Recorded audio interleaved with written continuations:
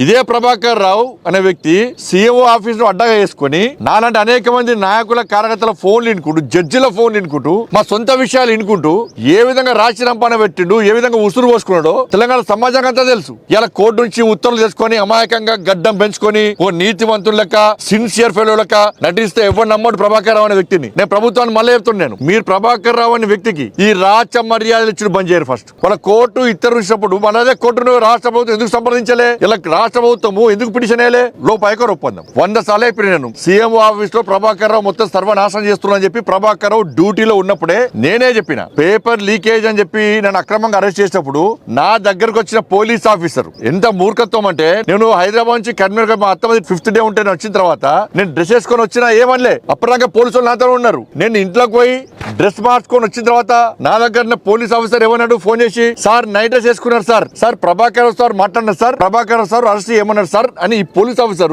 ఇక్కడ police officer మాట్లాడుతూ నేనైనా నేనైనా అంటే నైట్ డ్రెస్ మీద బండి సంజయ్ని గుంజుకపోవాలి, నైట్ డ్రెస్ మీద బండి సంజయ్ని అరెస్ట్ చేసి మొత్తం దింపాలి. ఇది ఎవరు కుట్ర? ప్రభాకర్ ఆదేశాల మధ్య జరిగిన కుట్ర.